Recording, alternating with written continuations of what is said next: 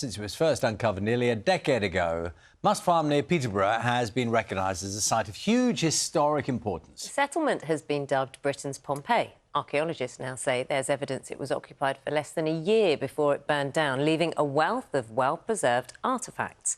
Our reporter Musimi Bakshi went to take a look.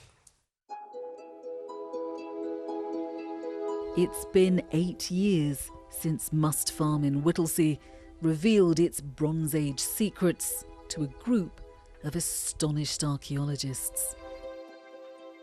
Now, 8 years of careful analysis has uncovered some incredible detail. It was one of those projects that you dream of finding as an archaeologist. I mean, every day you just didn't know what was going to come out of the ground.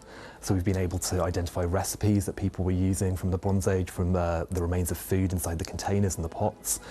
We've found so many amazing little details. So we found, 3,000-year-old poos that have given us insight into the diet and the health of the people that were living there.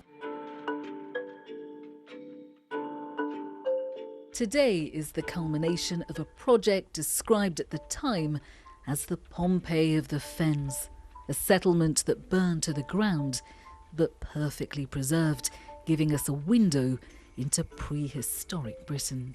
You get a real sense of structure one and everything that was within that. Then you go to structure two and find out that it's just a repeat. So your confidence about what you're trying to understand about people in 850 BC is real. So normally we use words like probably or possibly. I don't think those words are necessary in this project. I think the three nested pots are probably one of my favourite. You can see that the pots were designed to work together as a group, and it's a bit like the Tupperware of the modern day.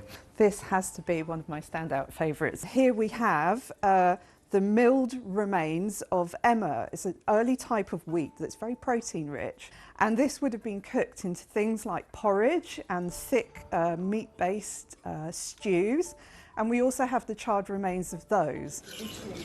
Around 50 people lived at Must Farm, weaving baskets, making tools, a prehistoric life, but one that was full of industry.